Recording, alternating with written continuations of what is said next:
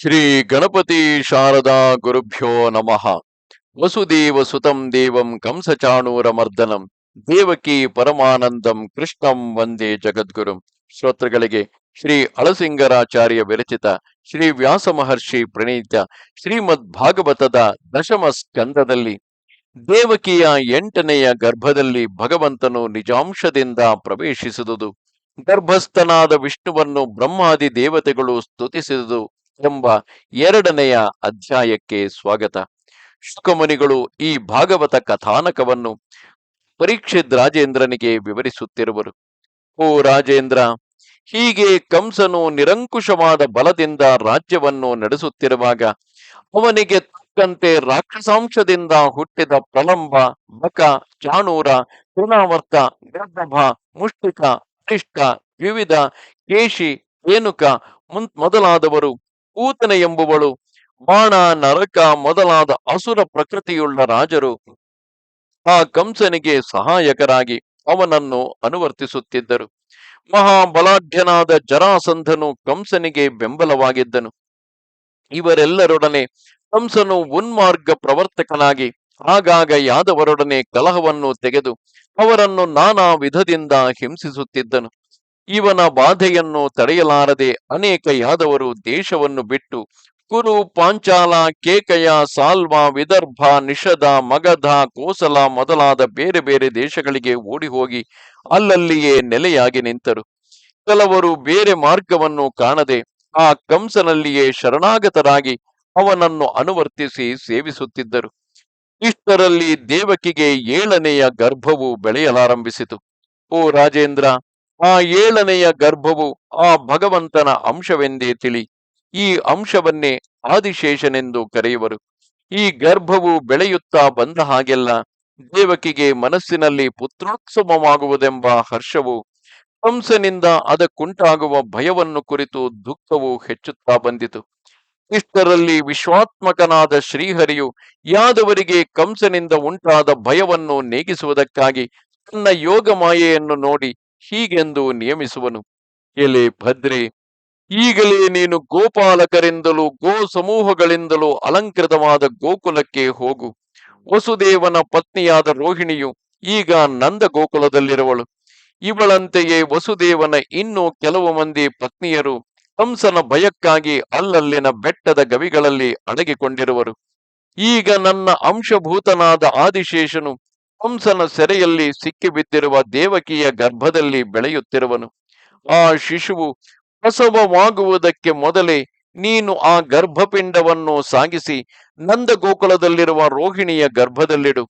ಆಮೇಲೆ ನಾನೇ ನನ್ನ ಪೂರ್ಣಾಂಶದಿಂದ ಆ ದೇವಕಿಯ ಗರ್ಭದಲ್ಲಿ ಪ್ರವೇಶಿಸಿ ಅವಳಿಗೆ ಮಗನಾಗಿ ಹುಟ್ಟುವೆನು. ಇಷ್ಟರೊಳಗಾಗಿ ನೀನು ನಂದಗೋಪನ ಹೆಂಡತಿಯಾದ ಯಶೋದೆಯ ಗರ್ಭದಲ್ಲಿ ಸೇರಿ ನನ್ನ ಜನನ ಕಾಲಕ್ಕೆ ಸರಿಯಾಗಿ ಅವಳ ಗರ್ಭದಿಂದ ಹೆಣ್ಣು ಮಗುವಾಗಿ ಜನಿಸಬೇಕು. ನೀನು ಆ ರೂಪದಿಂದ ಹುಟ್ಟಿದ ಮೇಲೆ ಲೋಕಕ್ಕೆ ಸರ್ವಾಭೀಷ್ಟಪ್ರದೆ ಎನಿಸಿಕೊಂಡು ವರಪ್ರದರಾದ ಇತರ ಶಕ್ತಿ ದೇವತೆಗಳಿಗೆಲ್ಲ ಅಧೀಶ್ವರಿ ಎನಿಸಿಕೊಳ್ಳುವೆ.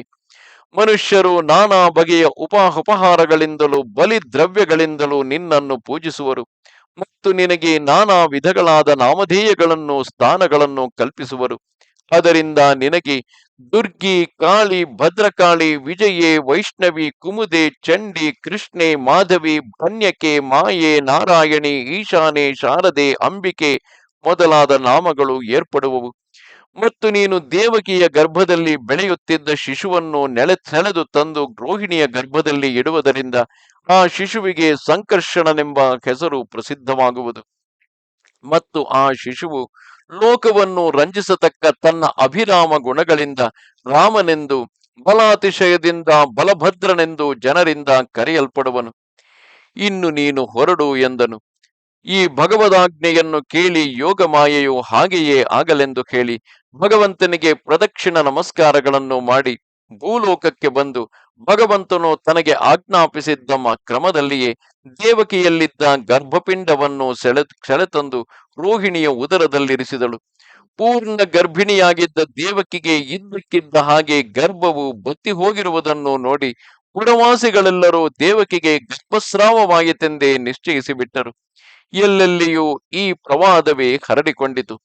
ಕಂಸನಿಗೂ ಅದರಲ್ಲಿ ನಂಬಿಕೆಯು ಹುಟ್ಟಿತು.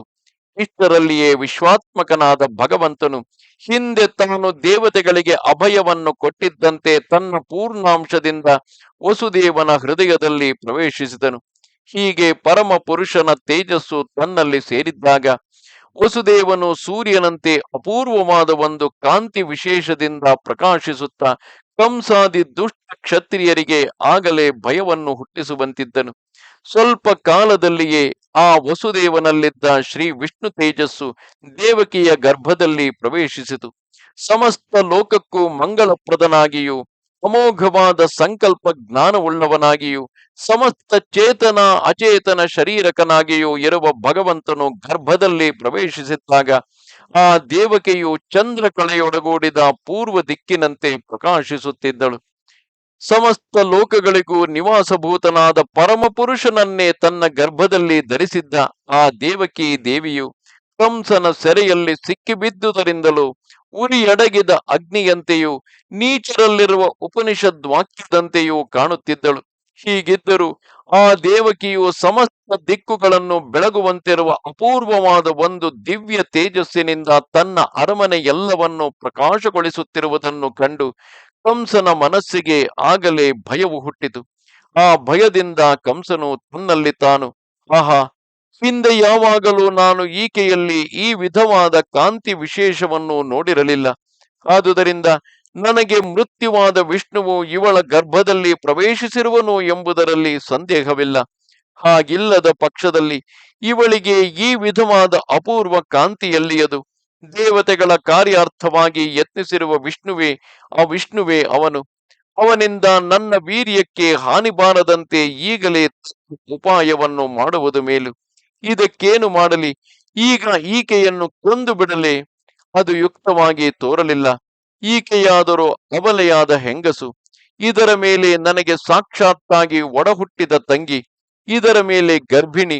ಇಂತಹ ಸ್ಥಿತಿಯಲ್ಲಿ ನಾನು ಇವಳನ್ನು ಕೊಂದರೆ ಇದರಿಂದಲೇ ನನ್ನ ಯಶಸ್ಸಿಗೂ ನನ್ನ ಐಶ್ವರ್ಯಕ್ಕೂ ನನ್ನ ಆಯಸ್ಸಿಗೂ ನಾನೇ ಹಾನಿಯನ್ನು ತಂದುಕೊಂಡಂತಾಗುವುದು.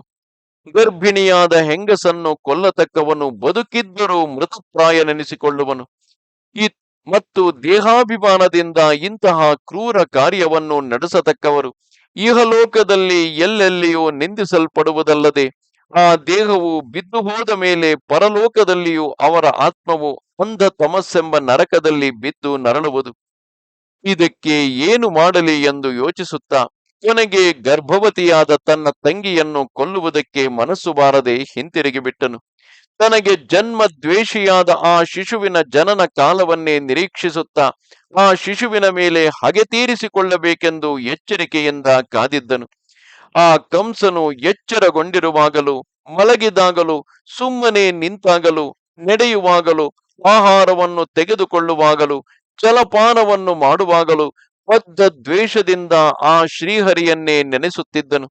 ಈ ವೈರಾನುಬಂಧದಿಂದ ಅವನಿಗೆ ಜಗತ್ತೆಲ್ಲವೂ ವಿಷ್ಣುಮಯವಾಗಿಯೇ ತೋರುತ್ತಿದ್ದಿತು. ಇಷ್ಟರಲ್ಲಿ ಇತ್ತಲಾಗಿ ದೇವಕಿಯ ಗರ್ಭದಲ್ಲಿ ಶ್ರೀಹರಿಯು ಶಿಶುರೂಪದಿಂದ ಬೆಳೆಯುತ್ತಿರುವುದನ್ನು ತಿಳಿದು ಬ್ರಹ್ಮ ರುದ್ರಾದಿ ದೇವತೆಗಳೆಲ್ಲರೂ ಮಹರ್ಷಿಗಳೊಡನೆಯೂ ತಮ್ಮ ತಮ್ಮ ಅನುಚರರೊಡನೆಯೂ ಸೇರಿ ದೇವಕಿಯಿದ್ದ ಸೆರೆಮನೆಗೆ ಬಂದು ಗರ್ಭಸ್ಥನಾದ ಶ್ರೀಹರಿಯನ್ನು ಉದ್ದೇಶಿಸಿ ಹೀಗೆಂದು ಸ್ತುತಿಸುವರು. ಬ್ರಹ್ಮರುದ್ರಾದಿಗಳು ದೇವಕಿ ಗರ್ಭಸ್ಥನಾದ ಹರಿಯನ್ನು ಸ್ತುತಿಸಿದುದು. ಓ ದೇವ, ನೀನು ಸತ್ಯ ಸಂಕಲ್ಪನು, ಸತ್ಯವೆಂದು ಕರೆಯಲ್ಪಡುವ ಚಿದಾತ್ಮಕವಾದ ಈ ಸಮಸ್ತ ಪ್ರಪಂಚಕ್ಕಿಂತಲೂ ವಿಲಕ್ಷಣನು ಮತ್ತು ಪ್ರಕೃತಿ ಪುರುಷ ಕಾಲ ಶರೀರಕನು. ಸತ್ಯ ರೂಪವಾದ ಈ ಜಗತ್ತಿಗೆ ನೀನೇ ಉತ್ಪತ್ತಿ ಸ್ಥಾನವು. ನಿರ್ವಿಕಾರವಾದ ಪರಮಾಕಾಶದಲ್ಲಿ ನೆಲೆಗೊಂಡವನು. ನಿನಗೆ ಇತರ ಜೀವಗಳಂತೆ ಜ್ಞಾನ ಸಂಕೋಚಾದಿಗಳು ಇಲ್ಲದಿದ್ದರಿಂದ ನೀನು ಸತ್ಯವೆನಿಸಿಕೊಂಡ ಜೀವನಿಗಿಂತಲೂ ಅತಿಶಯವಾದ ಸತ್ಯ ಸ್ವರೂಪವುಳ್ಳವನು. ಸೂರ್ಯ ಚಂದ್ರರಿಬ್ಬರನ್ನು ನೇತ್ರವಾಗಿ ಉಳ್ಳವನು. ವಿಕಾರವಿಲ್ಲದ ಸತ್ಯ ಸ್ವರೂಪನು. ಇಂತಹ ನೀನು ಮೊರೆಹೊಕ್ಕ ನಮ್ಮನ್ನು ಅನುಗ್ರಹಿಸಬೇಕು. ಓ ದೇವ, ಕಾರ್ಯಕಾರಣ ರೂಪವಾದ ಈ ಪ್ರಪಂಚವೆಂಬ ವೃಕ್ಷಕ್ಕೆ ನೀನೊಬ್ಬನೇ ಆಧಾರ ದಂಡವು. ಸುಖ ದುಃಖಗಳೆಂಬ ಎರಡು ಅದರ ಫಲಗಳು. ಸತ್ವ ರಜಸ್ ತಮಸ್ಸುಗಳೆಂಬ ಗುಣಗಳು ಮೂರು ಬೇರುಗಳು.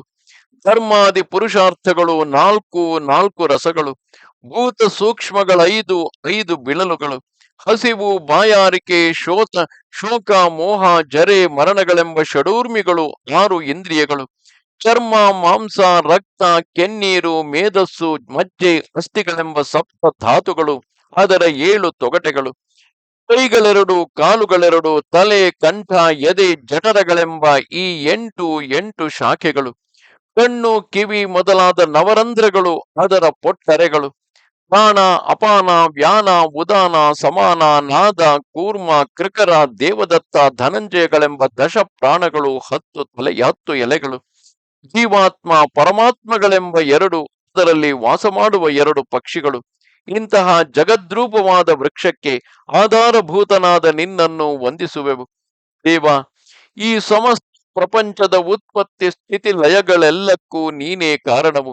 ನೀನು ಜೀವನಿಗಿಂತಲೂ ಬೇರೆಯಾಗಿದ್ದರು ನಿನ್ನ ಮಾಯೆಯಿಂದ ಮೋಹಿತರಾದ ಮೂಢರು ನಿನ್ನನ್ನೇ ಅನೇಕ ಜೀವರೂಪದಿಂದ ಇರುವುದಾಗಿ ಭ್ರಮಿಸುವರೇ ಹೊರತು ನಿನ್ನ ಪರಸ್ವರೂಪವನ್ನು ತಿಳಿಯಲಾರರು. ದೇವ, ಕೇವಲ ಜ್ಞಾನಾನಂದ ಸ್ವರೂಪನಾದ ನೀನು ಲೋಕಕ್ಷೇಮಕ್ಕಾಗಿ ಶುದ್ಧ ಸತ್ವಮಯವಾಗಿಯೂ ಸಾಧುಗಳಿಗೆ ಕ್ಷೇಮಪ್ರದವಾಗಿಯೂ ದುರ್ಜನರಿಗೆ ಹಾನಿಕರವಾಗಿಯೂ ಇರುವ ಬೇರೆ ಬೇರೆ ಅವತಾರಗಳನ್ನೆತ್ತಿ ಲೋಕವನ್ನು ಉದ್ಧರಿಸುವೆ.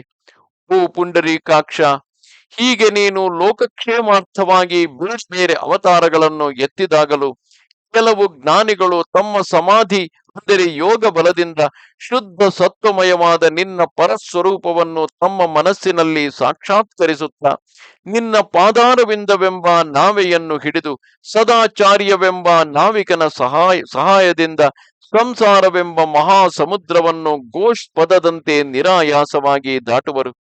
ಓ ದೇವ, ಹೀಗೆ ಜ್ಞಾನಿಗಳು ತಾವು ಮಾತ್ರ ಭಯಂಕರವಾದ ಈ ಸಂಸಾರ ಸಮುದ್ರವನ್ನು ದಾಟುವುದಲ್ಲದೆ ನಿನ್ನ ಪಾದ ಭಕ್ತಿಯೇ ಸಂಸಾರ ಸಾಗರವನ್ನು ದಾಟಿಸತಕ್ಕ ನಾವೆ ಎಂಬುದನ್ನು ಇತರ ಜೀವರಾಶಿಗಳಿಗೂ ತೋರಿಸಿ ಲೋಕವನ್ನು ಉದ್ಧರಿಸುವರು.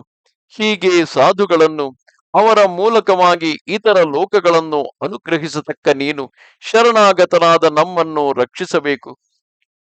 ಓ ಪದ್ಮನಾಭ, ಬೇರೆ ಕೆಲವರು ಸಂಸಾರ ಬದ್ಧರಾಗಿದ್ದರು ತಾವು ಮುಕ್ತರೆಂಬ ವೃಥಾಭಿಮಾನದಿಂದ ಬೀಗಿ ಬೆರೆಯುವರು.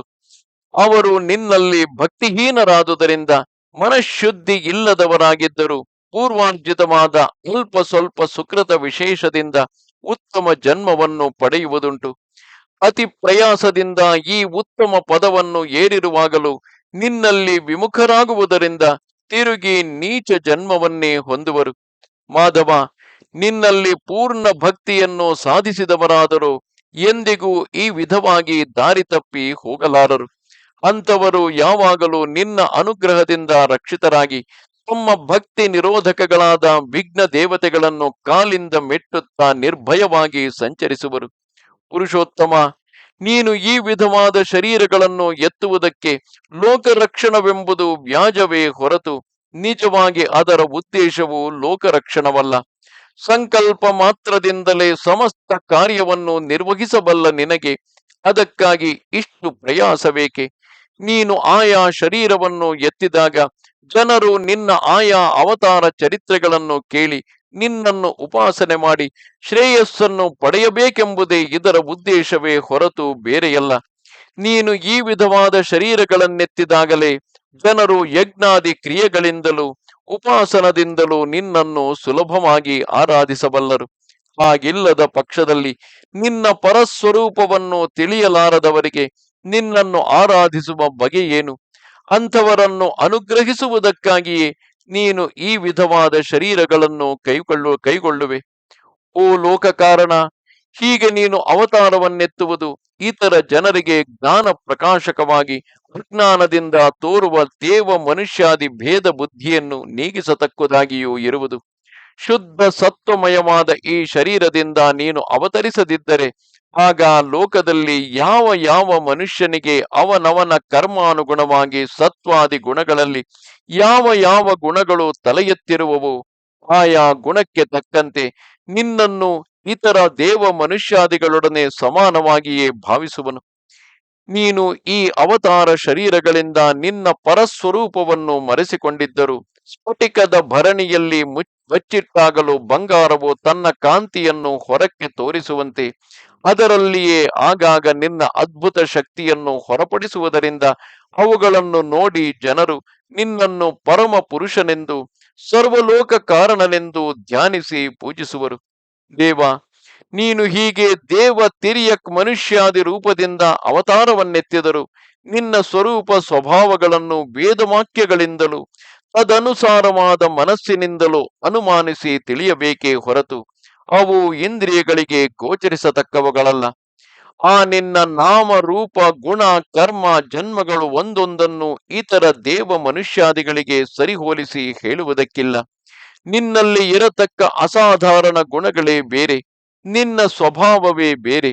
ಹೀಗೆ ನೀನು ವಿಲಕ್ಷಣ ಸ್ವರೂಪವುಳ್ಳವನಾಗಿದ್ದರು ಯಜ್ಞಾದಿ ಕ್ರಿಯೆಗಳನ್ನು ನಡೆಸತಕ್ಕವರು ನಿನ್ನನ್ನು ಅಗ್ನಿ ಇಂದ್ರಾದಿ ದೇವತೆಗಳ ರೂಪದಿಂದಲೇ ಭಾವಿಸಿ ಪೂಜೆಗಳನ್ನು ಸಮರ್ಪಿಸುವರು. ಆದರೇನು, ಆ ಸಮಸ್ತ ದೇವತೆಗಳಿಗೂ ನೀನೇ ಅಂತರಾತ್ಮನಾಗಿದ್ದು ಆಯಾ ಪೂಜೆಗಳನ್ನು ನೀನೇ ಗ್ರಹಿಸುವೆ. ದೇವ, ನಿನ್ನ ಮಂಗಳ ಗುಣಗಳನ್ನು ಕಿವಿಯಿಂದ ಕೇಳುವುದು, ಅದನ್ನು ಮತ್ತೊಬ್ಬರಿಗೆ ಹೇಳುವುದು, ಅವುಗಳನ್ನು ತನಗೆ ಹೇಳತಕ್ಕವರು ತನ್ನಿಂದ ಕೇಳತಕ್ಕವರು ಸಿಕ್ಕದಿದ್ದಾಗ ನಿನ್ನ ನಾಮರೂಪಗಳನ್ನು ಮನಸ್ಸಿನಲ್ಲಿಟ್ಟು ತಮಗೆ ತಾವೇ ಧ್ಯಾನಿಸುತ್ತಿರುವುದು, ತಾವು ಮಾಡತಕ್ಕ ಸಮಸ್ತ ಕಾರ್ಯಗಳಲ್ಲಿಯೂ ನಿನ್ನ ಚರಣಾರವಿಂದಗಳಲ್ಲಿಯೇ ಮನಸ್ಸನ್ನು ನೆಲೆಗೊಳಿಸುವುದು. ಹೀಗೆ ಮಾಡುವವರು ಎಂದಿಗೂ ಸಂಸಾರ ಬಂಧದಲ್ಲಿ ಸಿಕ್ಕಿ ಬೀಳದೆ ಮುಕ್ತಿಯನ್ನೇ ಹೊಂದುವರು. ಓ ದೇವ, ಆಶ್ರಿತರ ದುಃಖವನ್ನು ನೀಗಿಸತಕ್ಕ ನೀನು ನಮ್ಮೆಲ್ಲರ ಭಾಗ್ಯವಶದಿಂದ ಈಗ ಈ ದೇವಕಿಯ ಗರ್ಭದಲ್ಲಿ ಆವಿರ್ಭವಿಸುತ್ತಿರುವೆ. ಈಗ ನೀನು ಈ ವಿಧವಾಗಿ ಅವತರಿಸಿದ ಮಾತ್ರಕ್ಕೆ ನಿನ್ನ ಪಾದಭೂತೆಯಾದ ಈ ಭೂಮಿಯ ಭಾರವು ನೀಗಿದಂತೆಯೇ ಭಾವಿಸುವೆವು. ಆಹಾ, ಏನು ಭಾಗ್ಯವು! ಧ್ವಜ ವಜ್ರಾಂಕುಶಾದಿ ಶುಭ ಲಕ್ಷಣಗಳುಳ್ಳ ನಿನ್ನ ಪಾದರೇಖೆಯಿಂದ ಅಂಕಿತವಾದ ಈ ಭೂಮಿಯೇ ಈಗ ನಮಗೆ ನಿನ್ನ ನಿತ್ಯ ವಿಭೂತಿಯಾದ ವೈಕುಂಠಕ್ಕೆ ಸಮಾನವಾಗಿ ತೋರುವುದು. ಓ ಪ್ರಭು, ನೀನು ಸರ್ವೇಶ್ವರನು, ಕರ್ಮಾಧೀನವಾದ ಉತ್ಪತ್ತಿ ಇಲ್ಲದವನು. ಹಾಗಿದ್ದರೂ ನೀನು ಈಗ ಈ ಮನುಷ್ಯ ಗರ್ಭದಲ್ಲಿ ಜನಿಸುವುದು ನಿನ್ನ ವಿನೋದಾರ್ಥವಾಗಿಯೇ ಹೊರತು ಇದಕ್ಕೆ ಬೇರೆ ಕಾರಣವೊಂದನ್ನು ಹೇಳುವುದಕ್ಕಿಲ್ಲ. ಆಹಾ, ಇದಲ್ಲವೇ ಆಶ್ಚರ್ಯವು! ನಿನ್ನ ಮಾಯೆಯಿಂದ ಮೋಹಿತವಾದ ಈ ಜಗತ್ತಿಗೆ ಉತ್ಪತ್ತಿ ಸ್ಥಿತಿ ಲಯ ಮೊದಲಾದ ವಿಕಾರಗಳೆಲ್ಲವೂ ಹುಟ್ಟುವುದಕ್ಕೆ ಯಾವ ನಿನ್ನ ಲೀಲೆಯೇ ಕಾರಣವೆನಿಸಿರುವುದು, ಆ ಲೀಲೆಯೇ ಈ ವಿಧವಾದ ನಿನ್ನ ಅವತಾರಗಳಿಗೂ ಕಾರಣವಲ್ಲದೆ ಬೇರೆಯಲ್ಲ. ನಿರ್ವಿಕಾರನಾದ ನಿನ್ನಲ್ಲಿ ಈ ವಿಕಾರಗಳು ತೋರುವುದಕ್ಕೆ ನಿನ್ನ ಲೀಲೆಯೇ ಕಾರಣವು. ಓ ದೇವ, ಮತ್ಸ್ಯ, ಅಶ್ವ ಅಂದರೆ ಹಯಗ್ರೀವ, ಅಚ್ಚಪ, ವರಾಹ, ನರಸಿಂಹ, ಹಂಸ, ಕ್ಷತ್ರಿಯ ಶ್ರೀರಾಮ, ರಾಮ ಬ್ರಾಹ್ಮಣ ಅಂದರೆ ಪರಶುರಾಮ, ದೇವತಾರೂಪ ಅಂದರೆ ಕಶ್ಯಪ, ಈ ರೂಪಗಳಿಂದ ನೀನು ಹಿಂದೆ ಬೇರೆ ಬೇರೆ ಅವತಾರಗಳನ್ನೆತ್ತಿ ನಮ್ಮನ್ನು ತ್ರೈಲೋಕ್ಯವನ್ನು ಕಾಪಾಡುತ್ತಾ ಬಂದಂತೆಯೇ ಈಗಲೂ ಈ ಅವತಾರವನ್ನೆತ್ತಿ ಭೂಭಾರವನ್ನು ನೀಗಿಸಬೇಕು. ಓ ಯದುತ್ತಮ, ನಿನಗೆ ವಂದನವು ಎಂದು ದೇವತೆಗಳೆಲ್ಲರೂ ಭಗವಂತನನ್ನು ಸ್ತುತಿಸಿದ ಮೇಲೆ ದೇವಕಿಯನ್ನು ಕುರಿತು, ಅಮ್ಮ, ನಮ್ಮ ಶ್ರೇಯಸ್ಸಿಗಾಗಿ ಪರಮ ಪುರುಷನು ತನ್ನ ಸಂಕಲ್ಪದಿಂದ ನಿನ್ನ ಗರ್ಭದಲ್ಲಿ ಪ್ರವೇಶಿಸಿರುವನು. ಇದರಿಂದಲೇ ಕಂಸನಿಗೆ ಮೃತ್ಯುವು ಸನ್ನಿಹಿತವಾಯಿತೆಂಬುದು ಸ್ಪಷ್ಟವು. ಇನ್ನು ನೀನು ಅವನಿಗಾಗಿ ಸ್ವಲ್ಪ ಮಾತ್ರವೂ ಭಯಪಡಬೇಕಾದುದಿಲ್ಲ. ಈ ನಿನ್ನ ಗರ್ಭ ಶಿಶುವೆ ಸಮಸ್ತ ಯಾದವರ ಕಷ್ಟವನ್ನು ನೀಗಿಸಿ ಕಾಪಾಡುವವನೆಂದು ತಿಳಿ ಎಂದರು. ಓ ಪರೀಕ್ಷಿತ್ ರಾಜ, ಬ್ರಹ್ಮ ರುದ್ರಾದಿ ದೇವತೆಗಳೆಲ್ಲರೂ ಹೀಗೆ ತಮಗೆ ತೋರಿದ ಮಟ್ಟಿಗೆ ಭಗವಂತನನ್ನು ಸ್ತುತಿಸಿ ತಮ್ಮ ತಮ್ಮ ಸ್ಥಾನಗಳಿಗೆ ಹೋಗಿ ಸೇರಿದರು. ಇದು 2ನೆಯ ಅಧ್ಯಾಯವು. ನಮಸ್ತೆ ಶಾರದೆ ದೇವಿ, ಕಾಶ್ಮೀರ ಪುರವಾಸಿನಿ, ತ್ವಾಮಹಂ ಪ್ರಾರ್ಥಯೇ ನಿತ್ಯಂ, ವಿದ್ಯಾದಾನಂಚ ದೇಹಿಮೆ. ನಮಸ್ಕಾರ.